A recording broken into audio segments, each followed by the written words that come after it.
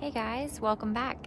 So today we are out in the yard, out on our property. We rent, but we are lucky enough to be renting on 3 acres, kind of on a mountain side. And I noticed on one of our walks the other day some fiddleheads growing. So upon closer inspection, I found out that we have a bunch of patches of fiddleheads running right through our property. I did a little bit of research, and as best I can tell, they are of the lady fern variety. We have both ostrich fern and lady here in Alaska. So I researched a few different websites to make sure that I had a positive identification, and today we're going to get to harvesting.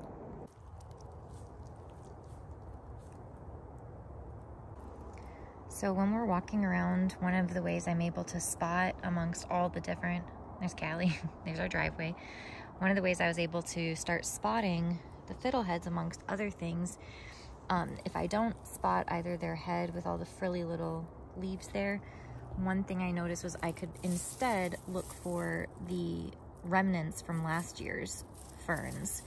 These were pretty big, so just looking around, you know, in this area, sometimes the green doesn't pop out, but when I saw these areas of big brown stuff, then I realized those were the spots that they were at. Are you gonna help? You gonna help me find some? So one of the things we're looking for is fiddleheads that are still tightly wound.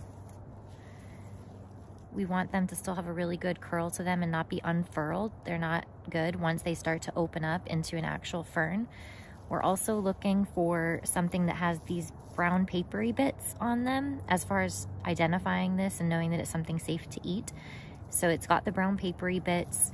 And then we're also looking at this stem itself here. You can see that little groove, that channel, that this is a U-shaped stem. It's not perfectly round. So those are all different things that we're looking for in making a positive ID that this is a fiddlehead. And one of the other things too, when I harvest these, I'm gonna be keeping some length of the stem. I've read different things. Some people just pop the heads off, as I think that's the tastiest part, but according to most of what I've looked at, we're gonna take a piece of the stem as well because it tastes almost just as good. So as we come along, we can see in this little patch, I just took the one, right? And there's 4 left over. So out of these 4, we're only gonna take a total of 2. I'm gonna keep this one there because it's already unfurled, and I'm gonna grab this other one that's tightly wound, and we're gonna leave those other 3 behind. From what I've read, you never wanna take more than 50% of what's growing in a little cluster, and that's for sustainability purposes. When harvesting, it's important to know how much you can take and what you need to leave behind for a sustainable practice. These guys reproduce with their spores, so if I were to harvest all of the heads in this patch, there wouldn't be spores that are gonna mature and reproduce for next year. So you'll notice that we're gonna leave these behind in each spot, and we'll keep on going. And every now and then you have to stop what you're doing and get the dogs inside because you notice that there's a moose watching you. And we don't want a repeat of what some of you may have seen when Callie got charged by the moose. So, one second.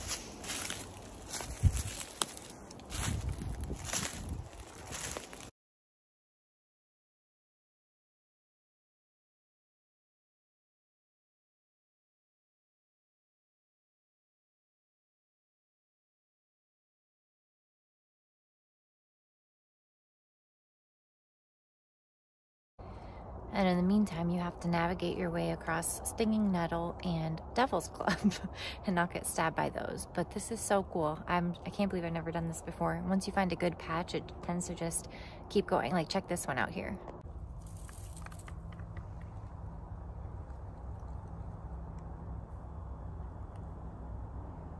And then that just keeps on going right through the woods. There's some high bush cranberries from last year. Right behind that, some of that devil's club I mentioned to you. That stuff, pretty spiny, pretty pokey. So here's an excellent example of why you want to have multiple ways to spot what you're looking for. So in this image, you can't see any fiddleheads, but right here, I can see that there's this old fern from last year. So if I follow it to the base, I see where it's coming out. And right under that leaf, there's a bunch of big, fat ones ready to harvest. So again, we'll only take 3 out of this bunch, and that leaves 3 or 4 for next year. Same thing again here. This whole area, all brown, no green fiddleheads, but I noticed some old fiddlehead from last year. So when you get digging, you can see there they are. So you can take one of those. And as often happens when you're engrossed in an activity that you love, sometimes you don't even notice things happening to you. Like this. Devil's Club, coming along for the ride.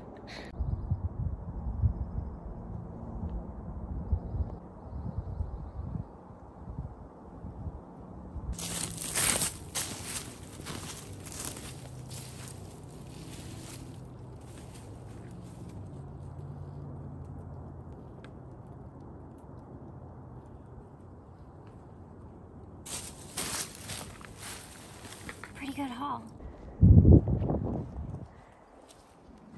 My faithful husband to watch over me. And even though it's mid-May, we still got snow. Snow in the shady spots.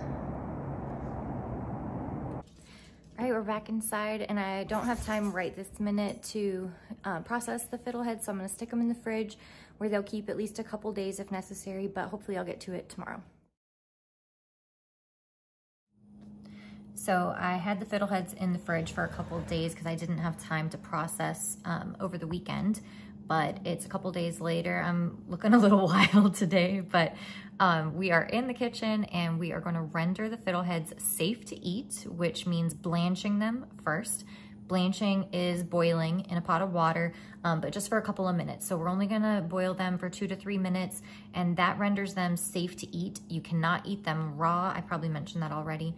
You cannot eat them raw, or else you'll get severe stomach pains and have some other issues. Google it, make sure you research it before time if you do wanna consume these once you've made a positive ID and harvested them sustainably. Then we're now going to get off all those little brown papery bits that I showed you, blanch it a couple minutes, and they'll be ready for preparing for dinner tonight. Tonight on the menu, we have meatloaf, moose meatloaf, of course, with mashed potatoes and a side of fiddlehead ferns. Looks appetizing, doesn't it? My husband came in a few minutes ago and he said, I hope it tastes better than it looks. And I'm gonna show him that that is the case. I watched videos on YouTube and some other people keep these dry and then they just like gently rub off all these little brown papery bits. But when I got these, I tried that when it was dry and it just was not coming off. So I don't know if it's something to do with my technique or not, but I know that some people talk about rinsing off the brown papery bits. So I've got some really cold water here in this bowl, and I'm getting it wet, and then with my fingernail kind of just running along, and that's working pretty good for me, where I'm able to just get the brown bits off. It is unraveling a little bit as I do that, which I kind of don't mind because there's some brown papery bits up in the coil, that coiled up part as well. So I'm getting all that out, and then when I'm done, it kind of naturally like, it's coiled back up, and I'm gonna drop it in the pot to boil like that. Let's see. So slightly new plan, that is taking forever to clean these. So I'm gonna stop where I just got enough for dinner for tonight. And I re-Googled it, and it looks like for it to be totally safe to eat, we're actually gonna boil it for a good 10 minutes first before we prepare it for dinner. If we were going to store this for later consumption, then you only need to blanch it prior to putting it in a freezer bag and sticking it in the freezer. Once you pull it out of the freezer, you would then fully cook it by boiling it for 10 to 15 minutes. So this small amount that I've got cleaned for now, we are going to boil it for a little over 10 minutes before using the air fryer per my husband's request to make a crispy treat instead of sauteing.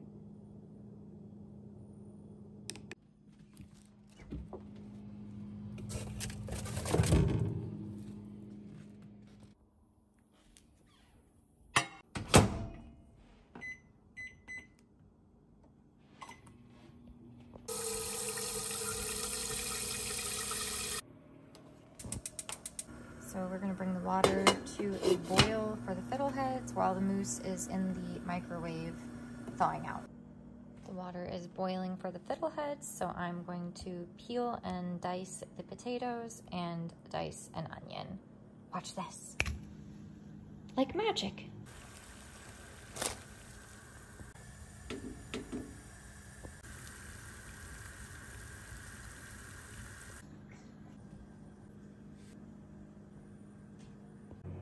So we've got the fiddleheads out of the boiling water. We did that for 10 minutes. So those are gonna be ready to stick in the air fryer.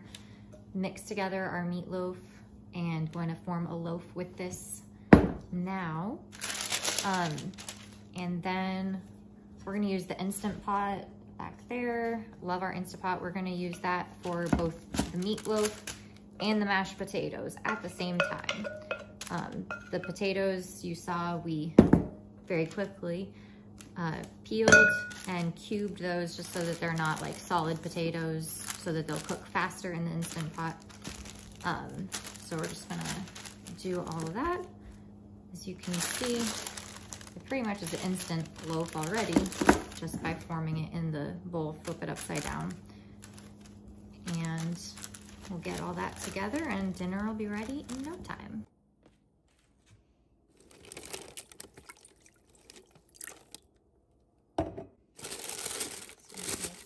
We added our water, we've got our meatloaf loaf there. We're gonna add the potatoes.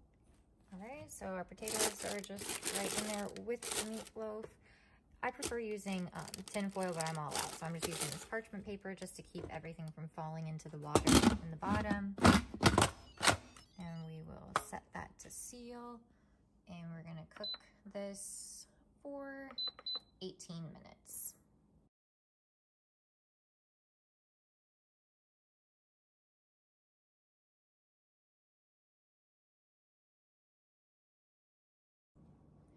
As you can see, the meatloaf turns out a little bit grayish in the Instant Pot, and that's one thing. We're gonna stick it in the air fryer with the fiddleheads, so we'll get the outside of that meatloaf nice and brown and crispy. Time to transform the mashed potatoes. When I'm out of seasonings or sour cream or things like that, ranch is my go-to secret ingredient. Don't tell.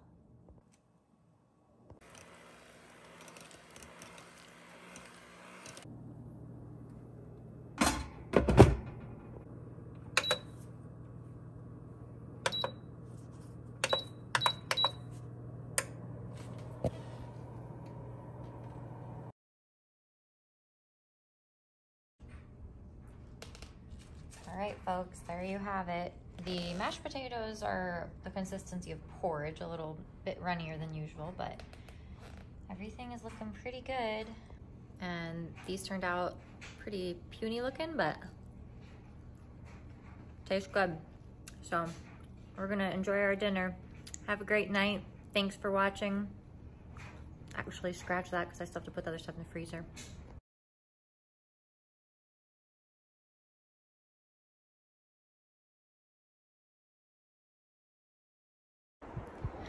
All right, well, I finally finished getting the last of those fiddleheads blanched and in a freezer bag and in the freezer. So they'll be all set for next week. Actually, when Brandon's mom gets here, we're gonna cook those up for dinner because it didn't end up being too much. But enjoying gorgeous summer weather that's already off to an amazing start here in Alaska. Thanks so much for watching this video. If you enjoyed, please consider sharing with a friend, liking, subscribing, and we'll see you in the next one.